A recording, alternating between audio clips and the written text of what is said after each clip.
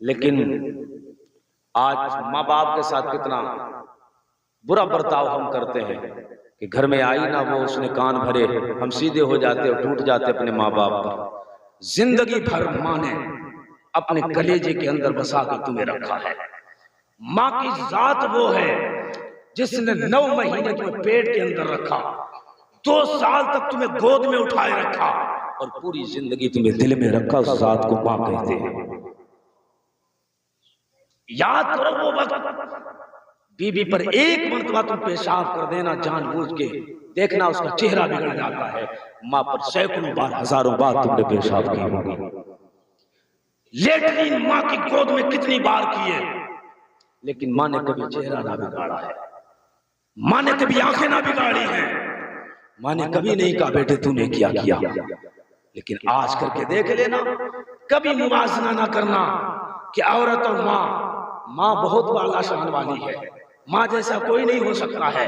عورت ہمارے پیسے کے محتاج ہو سکتی ہے، پیسے سے پیار ہو سکتا ہے، پیار تو کرتی ہوگی، لیکن ماں سے بڑھ کر کوئی عورت پیار نہیں کر سکتی ہے، باپ سے بڑھ کر کوئی انسان پیار نہیں کر سکتا ہے۔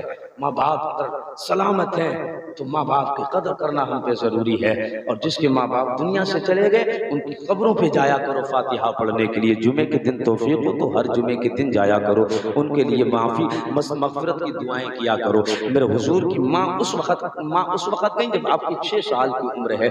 والد گرامی کا انتقال کب ہوا؟ جب آپ کی ماں کے شکم کے اندر 2-3 مہینے کے حمل کی شکل میں تھے۔ اللہ اکبر، جب آپ کے والد گرامی گزر گئے نا تو سیدہ آمنہ کے تعلق سے مکے میں ایک بات پھیلی تھی کہ سیدہ آمنہ کا حال دیکھو، کہ سیدہ آمنہ نے عبداللہ اپنے شوہر کے انتقال کا سوگ بھی نہیں منایا ہے۔ سوگ منانا چاہیے تھا اس کو، 1 سال تک جو عدت ہوتی تھی اس عدت کے اندر کوئی عورت خوشبو نہیں لگا سکتی تھی، نیا لباس نہیں پہن سکتی تھی۔ لوگوں میں باتیں ہونے لگی آمنہ کو دیکھو تو صحیح، عبداللہ کو دنیا سے گئے ہوئے کتنا زمانہ گزرا ہے، ابھی سے اس کے حالات یہ ہے، یہ خوشبو اتنی مہنگی لگاتی ہے، جس گلی سے گزر جاتی ہے وہ گلی مہک جاتی ہے۔ لوگ ایک دن جمع ہونے کے بعد عبد المطلب کے پاس آ کے کہتے ہیں، عبد المطلب سردار مکہ، ایک بات ضروری آپ سے کرنا ہے، آپ سے اس لیے کرنا ہے، آپ میری قوم کے لیڈر ہیں، آپ میری قوم کے سردار ہیں، اگر آپ سے نہیں کریں گے تو کس سے جا کر کریں گے؟ میرے اصول کی بات آئی ہے، آپ کی عزت اور آبرو کی بات آئی ہے۔ حضرت عبد المطلب نے کہا تھا کون سی بات ہے؟ سب نے کہا تھا بات دراصل یہ ہے کہ ہمارے یہاں قانون نہیں ہے، جس عورت کا شوہر گزر جاتا ہے وہ 1 سال تک سوگ منایا کرتی ہے، کم منایا کرتی ہے، کوئی خوشبو نہیں لگاتی ہے۔ آپ کے گھر میں رہنے والی بہو سیدہ آمنہ کا عالم یہ ہے، آج گھر گھر میں باتیں ہو رہی ہے کہ عبداللہ کے جانے کے اس کو غم نہیں ہے، عبداللہ کے جانے کا، ان کے وصال کرنے کا کوئی اسے سوگ نہیں کرتی ہے۔ اس کا حال یہ ہے خوشبو اتنی مہنگی لگاتی ہے، اس کے گھر سے بھی خوشبو آیا کرتی ہے، جس گلی سے گزر جاتی ہے وہ گلی مہک جاتی ہے۔ اللہ اکبر، حضرت عبد المطلب نے جب اتنا سنا ہے آپ کی آنکھ میں آنسو آئے ہیں۔ اس لیے جو سردار ہوتا ہے، جو قانون ساز ہوتا ہے، جس کے گھر میں قانون بنے، اگر اسی کے گھر سے قانون ٹوٹتا ہے پھر اس کی شرم کی وجہ سے سر جھک جاتا ہے۔ عبد المطلب کا پہلی مرتبہ سر شرم کی وجہ سے جھکا ہے، آپ نے سر جھکایا، اس کے بعد آپ فوراً چلے ہیں سیدہ آمنہ کے پاس آ کے کہتے ہیں بیٹی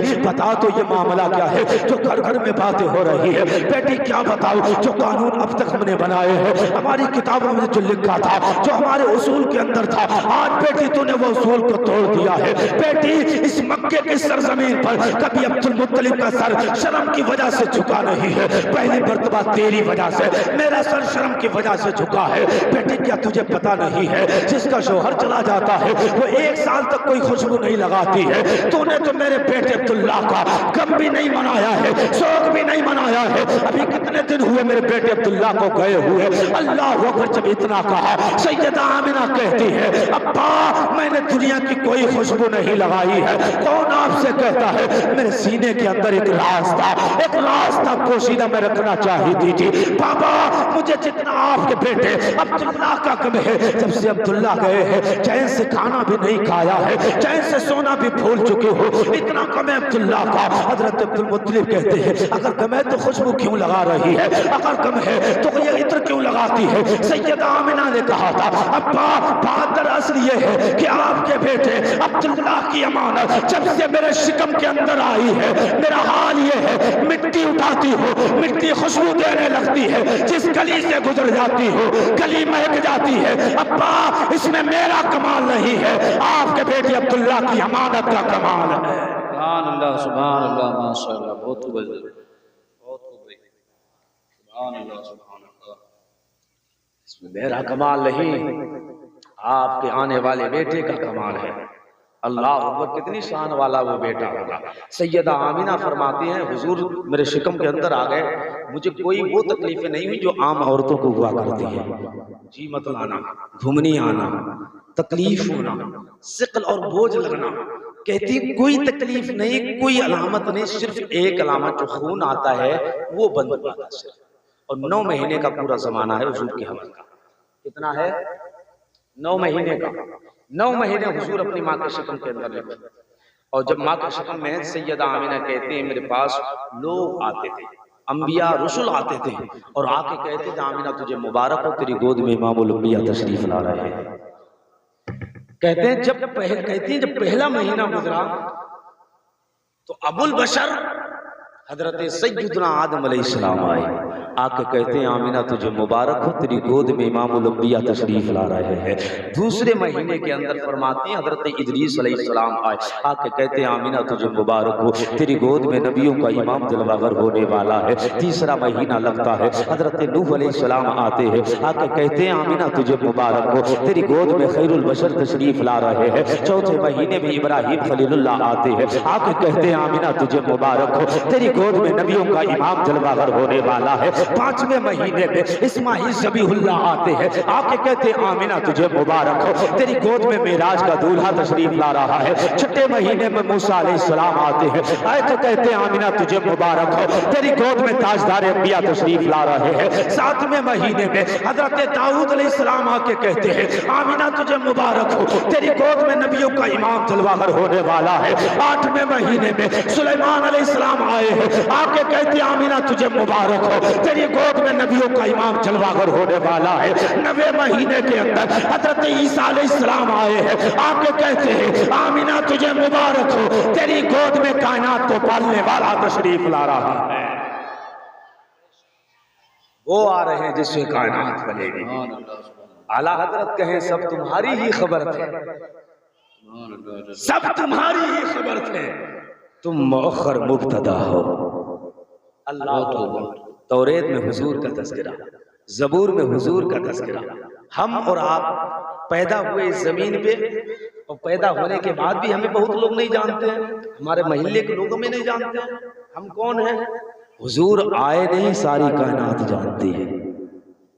عرش پہ تازہ چھیڑ چھاڑ، فرش پہ غرفہ دھوندہ، کان جدھر لگائیے یا رسول اللہ تیری ہی داستان ہے۔ اللہ اکبر۔ میرے حضور علیہ السلام جلوہ گر ہوئے، جب ہوا نا تشریف لائے تو سیدہ آمینہ کہتی ہیں کہ حضور کی پیدائش کے وقت اتنا نور نکلا کہ میں نے نگاہ اٹھائی تو شام کے محلے نظر آ رہے تھے، شام کے بازار روشن تھے پورے طور پہ۔ یہ سیدہ آمینہ کی نگاہوں کا عالم ہے تو مصطفیٰ کی نگاہ کا عالم کیا ہوگا۔ اللہ اکبر۔ سیدہ آمینہ فرماتے ہیں حضور آئے تو سجدہ کرتے ہوئے زمین میں تشریف لائے، سجدہ کرتے ہوئے۔ آپ کی ناف بھی کٹی ہوئی تھی، ختنہ کیا ہوا تھا آپ کا، اس حال میں دنیا کے اندر تشریف لائے۔ وہ کہتا ہے حضور میری طرح ہے، وہ نادان کہتا ہے حضور میری طرح ہے، تو اپنا چہرہ دیکھ لے اور حضور کا چہرہ دیکھ لے۔ تیرے جسم سے بدبو آتی، میرے حضور کے جسم سے مہک آیا کرتی تھی، تیرے جسم میں اٹھنے والا پسینہ بدبو دیتا، میرے حضور کا وہ پسینہ تھا جس میں کسی خوشبو، کسی عطر میں ایسی خوشبو نہیں جو حضور کے پسینے میں۔ ہاں یہ حضور کے پسینے کی بات ہے۔ حضور جب آئے تو نور نکلا، روشنی پھیل گئی ہر طرف، سجدہ کرتے ہوئے دنیا میں تشریف لائے ہیں۔ حضور جب پیدا ہوئے تو اس کے بعد عالم یہ ہے کہ حالات ایسے تھے مکے کے، لوگ اپنے آپ پرورش نہیں کرتے، دائیوں کے حوالے کیا کرتے تھے بچے، دائیاں لے جاتی تھی، دودھ پلاتی تھی، پرورش کرتی تھی دائیاں۔ اللہ اکبر، سیدہ حلیمہ بنو سعد قبیلے سے تعلق رکھتی تھی، اس قبیلے سے ساری عورتوں نے کہا تھا چلو مکہ میں کچھ بیٹے پیدا ہوئے، چلو اولاد لے کر آئیں گے، اس لیے قحط سالی کا زمانہ ہے، یہ زمانہ بھی ختم ہو جائے گا، گھر میں کئی دن گزرتے ہیں، فاقے ہوتے ہیں، کئی دن گزرتے ہیں کہ گھر میں روٹی اور چولہا نہیں جلا کرتا ہے۔ اللہ اکبر، سیدہ حلیمہ سعدیہ نے اپنے شوہر سے مشورہ کیا، کرنے کے بعد کہا تھا چلو کچھ عورتیں جا رہی ہے مکہ شہر میں، چلتے ہیں وہاں سے کچھ اولاد لے کر آئیں گے، اس سے کچھ انعام ملے گا، دولت ملے گی، اس سے ہمارا گھر بار چلے گا۔ اللہ اکبر، حضرت حلیمہ سعدیہ نے اپنے سواری کو تیار کیا، سواری اتنی کمزور تھی، اتنی لاغر تھی، نحیف الناتوا تھی، جس میں چلنے کی طاقت نہیں تھی، دوڑنے کی طاقت نہیں تھی۔ اللہ اکبر، حضرت حلیمہ سعدیہ سوار ہو کے جب چلتی ہے، ساری عورتیں آگے جاتی ہے، حضرت حلیمہ سعدیہ پیچھے رہ جاتی ہے، ساری عورتیں کہہ رہی تھی حلیمہ جلدی کرو، حلیمہ جلدی کرو۔ اللہ اکبر، حضرت حلیمہ کی سواری تیز نہیں چلتی تھی، کوئی غلطی حضرت حلیمہ سعدیہ کی نہیں تھی، حضرت حلیمہ سعدیہ کی جو سواری تھی اس کے اندر تیز رفتار نہیں تھی، وہ کمزوری کی وجہ سے چلنے کی طاقت نہیں رکھتی تھی۔ اللہ اکبر، جب آپ لائی ہے نا مکہ شہر میں، حضرت حلیمہ سعدیہ آئی ہے، آپ آئیں تو ساری عورتیں بچے تلاش کر چکی تھی، ساری عورتوں نے بچے لیے، لینے کے بعد اپنی اپنی سواریوں پر بچوں کو بٹھایا،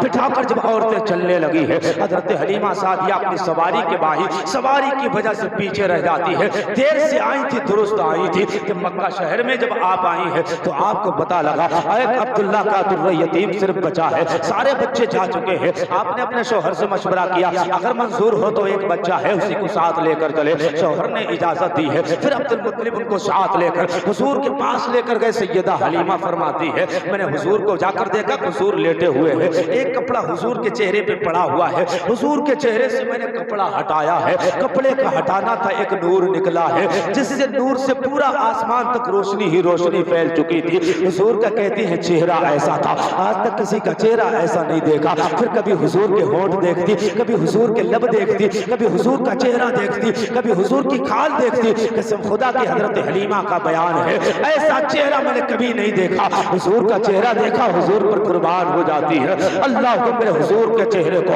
اللہ نے ایسا بنایا ہے، کائنات میں جس نے محبت کی نگاہ سے حضور کا ایک بار چہرہ دیکھا ہے پھر وہ حضور کے دامن سے لپٹ گیا ہے۔ کسی شاعر نے کہا ہے زلف دیکھی ہے کہ نظروں نے گھٹا دیکھی ہے، لٹ گیا جس نے محمد کی ادا دیکھی ہے۔ حضرت حلیمہ فرماتی ہے میں نے پہلی مرتبہ حضور کو دیکھا، اس کے بعد حضور کو اٹھایا، حضور کو سینے سے لگایا، لگانے کے بعد حضور کو خانہ کعبہ میں لے کر آئی، اپنے لال محمد کو سینے سے لگا کر جب میں خانہ کعبہ کا طواف کرنے لگی، سارے لوگ طواف کر رہے تھے، حضرت حلیمہ سعدیہ بھی طواف کر رہی ہے۔ اللہ اکبر، حضرت حلیمہ سعدیہ جب طواف کرتی ہے تو حالات یہ ہے خانہ کعبہ ادھر جاتا ہے جدھر حضرت حلیمہ سعدیہ دوڑ جاتی ہے، ادھر خانہ کعبہ بھی جھک جاتا ہے جدھر حضرت حلیمہ سعدیہ جا رہی ہے۔ مشرق میں حلیمہ سعدیہ ہے تو خانہ کعبہ بھی ادھر جاتا ہے، مشرق میں حضرت حلیمہ سعدیہ ہے، خانہ کعبہ بھی ادھر جاتا ہے، دکن کو جاتی ہے کعبہ بھی ادھر جاتا ہے۔ زمانے کے لوگوں نے کہا تھا یہ خاتون کتنی عظمت والی ہے، کتنی شان والی یہ خاتون ہے، زمانہ کعبے کے لیے جھکتا ہے لیکن یہ کعبہ اس کے لیے جھکتا ہے۔ جو تو یہ خاتون کون ہے، کہاں کی رہنے والی ہے، کہاں سے آئی ہے؟ لوگوں نے آ کے کہا تھا وہ خاتون اتنا تو بتا دے، زمانہ کعبے کے لیے جھکتا ہے تو کعبہ تیرے لیے جھکتا ہے۔ تب حلیمہ نے کہا تھا کہ کعبہ میرے لیے نہیں بلکہ کعبہ بھی کعبے کے لیے جھکتا ہے۔ اس لیے میرے امام نے کہا حاجیوں آؤ شہنشاہ کا روضہ دیکھو، کعبہ تو دیکھ چکے کعبے کا کعبہ۔